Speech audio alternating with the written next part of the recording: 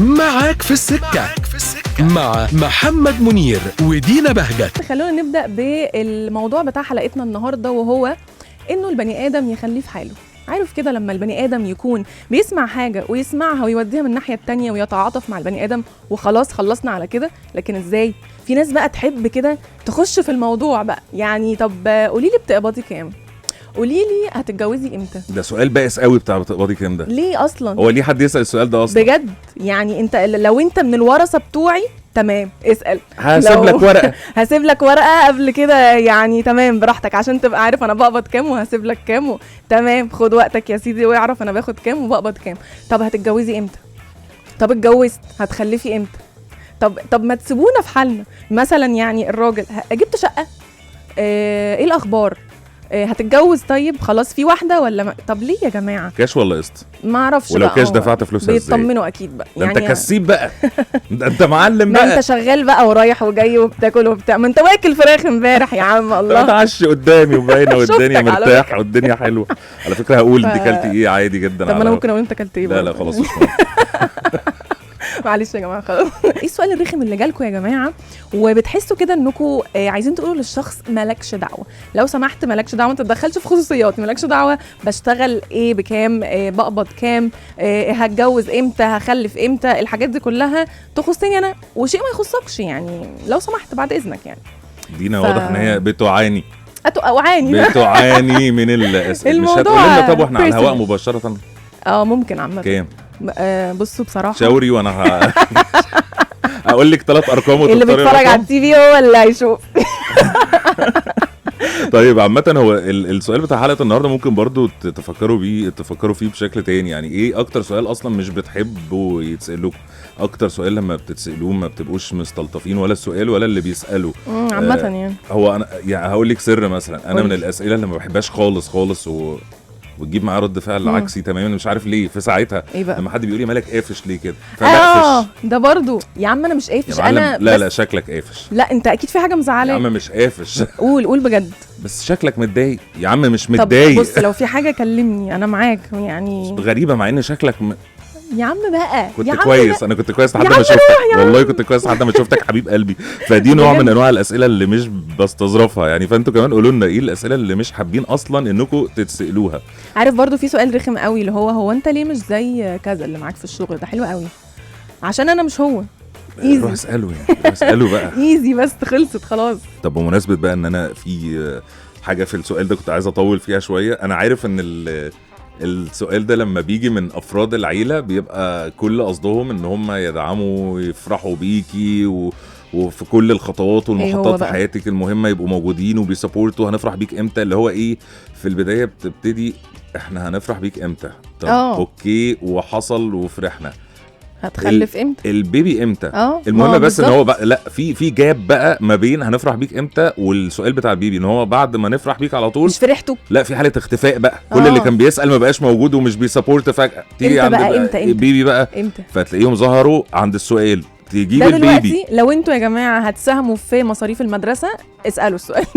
عادي جدا. مصاريف المدرسه بقى والحضانه والحاجات دي كلها ساعتها اسالوا براحتكم وتمام. غير كده ارجوك خليك في حالك. الفكره بقى ان هو اصلا بعد البيبي بيجي يسالك طب ايه هتخويه امتى بقى عشان سنهم ما يبقاش بعيد عن بعض. بقى يلا بقى التاني بقى يا معلم. التاني بقى يلا مالك يا معلم يعني انت يا معلم. لو اتحشر في زوركوا سؤال خليهولك ارجوك علشان البني ادم عارف. في اللي هو بتاع فيلم مش فاكره فيلم ايه يا ربي. بعد اذنك خليك في حالك عشان احنا اساسا قرفانين. في سؤال برضو من اللي هي عارفه السؤال بتاع والشغلانه دي بقى جايبه همها معاك ولا ايه؟ اللي هو من ناحيه ايه؟ انت لو بتسال على ايه بالظبط؟ يعني فهمني سؤالك. في جزء معين يعني في شغلي حابب تعرفه او تفاصيل معينه ولا عايز تعرف المرتب على طول ولا لا هو غالبا بيحاول يكون خبز كده سنه اللي هو انا بسالك جايبه همها معاك من ناحيه الفلوس دافع اقساطك اشتغلها يعني وانا كمان ولا ما اشتغلهاش؟ لا ما يعصبنيش بقى قد يا منير السؤال اللي هو يكون الشغلانه دي حلوه قد ايه؟ ممكن اشتغلها وانت عارف 100% ان هو مش عايز يشتغلها ولا هينفع يشتغل. مش هينفع فعلا. لو سمحت روح بيتكم. مش عندنا تاني. طيب الدراسات بقى بتقول ايه في المواضيع بتاع الاسئله دي؟ علشان في كلام كبير قوي بقى. في دراسه انتشرت في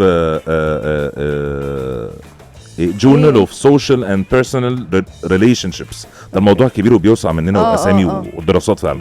الباحثين درسوا تأثير الأسئلة الشخصية غير المرغوب فيها في التفاعلات اليومية مع الناس.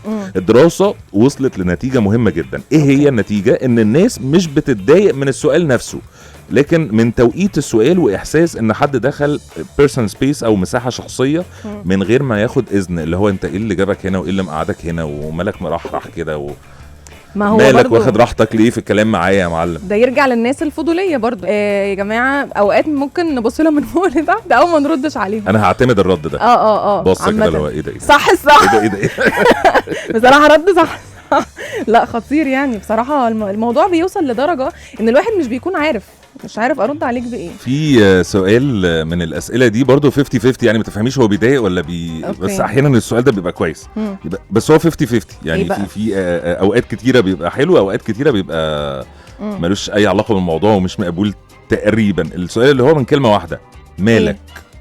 برضو بقى ده زي بالظبط انت متضايق، شكلك متضايق. مالك يعني مالي؟ انت مالك؟ انت مالك؟ قول لي انت مالك. اصلا اللي مالك مش انا مالي، انت مالك ومالي. ايه تاني ممكن زي السؤال اللي هو انت شكلك خسيت، تخنين شويه. ما هو تخنت او خسيت اكيد انا ببص في المرايه الصبح قبل ما انزل طب بلاش ابص في المرايه. بس دول لزاز. لا اللي بيقولوا خسيت دول لزاز جدا. لا ما انا عندي مشكله تانية في اللي هو لا بقت في حاجه دلوقتي خمسينية زياده ليه، لانه لو حد بيحرق بسرعه هو مش عايز يخس اصلا، فاللي هو مثلا تكون حرقه دمها يا حبيبه قلبي في الجيم وبالتون وفي الاخر يقول لها انت خاسه عامه. لا عايزين نتكلم في موضوع التون ده معلش. فاهمين يا جماعه ان احنا بنتون ولا؟ ايوه لو حد فاهم يا جماعه دينا بتقول ايه معلش، عشان انا قلت لها امبارح انا ناوي 2026 هعمل ترانسفورميشن وحاجات وجيم وفورمه وبتاع. قالت في ناس بتروح تتون، قالت لي انا هتون. ايه المشكله بقى؟ ورحت عامله كده انا هتون. لا ما عملتش دي، انت اللي عملتها. هتون لكن هنتون اور بودي. اوكي سهله ان يفهم بقى كلمه. لو حد عارف يعني هتون السنه دي وعايز يتون معانا نتون كلنا مع دينا. مين بقى؟ عشان واحد برضو بيكون بادئ السنه وهو عارف ان هو هيخس هيتخن هيتون دايما. نفسي اتون. انا بقيت واحد من الناس اللي نفسها تون مره واحده في الحياه. يمكن يعجبني يعني، يمكن الاقي نفسي في موضوع التون ده. ممكن بس بصراحه هقول لك ليه. عشان في ناس بقت لما تروح الجيم بقت عايز تتخن. الموضوع بقى منتشر برضو علشان في ناس بتخس بسرعه وبتكون رفيعه جدا طبعا، هم مش راضيين عن ده فعايزين يتخنوا، فواحده تقوم قايله لها انت خاسه قوي. طب ما هي مش عايزه تسمع ده زيها. لا ما فيش واحده مش عايزه تسمع انت خاسه. لا والله ما فيش واحده مش عايزه تسمع انت خاسه. انا بنت وبقول لك اهو. لا مستحيل مستحيل والله. ده لو ايا كان الموضوع السيء اللي بتتكلم فيه وفي نص الكلام اديت لها واحده انت خسيتي قوي خلاص. لا لو هي بتعمل دايت الدنيا بتبقى ده لو حلوة. هي بتعمل والله دايت. لو في الفضاء والله لا صدقني. لكن بتبقى حلوه لو واحده بتعمل دايت زي ما بقول لك، لكن لما بتكون هي اصلا يا حبيبتي هتموت وتتخن والتون خلاص نعمل ايه؟ طيب نعمل ايه؟ عايزه اتون مره واحده والله. جرب والله مره مش هعمل كده تاني. اتون مره وهقول لكم كانت عامله ازاي. بس هي كانت بتقولها لي امبارح على اساس ان هي حاجه يعني العادي بنعملها لما نفضل. ما تيجي نتون؟ ما يلا نتون. ماشي. للاسف الشديد وقتنا مع حضراتكم بيعدي بسرعه كالعاده. انتم معاك في السكه مع دينا بهجت ومحمد منير.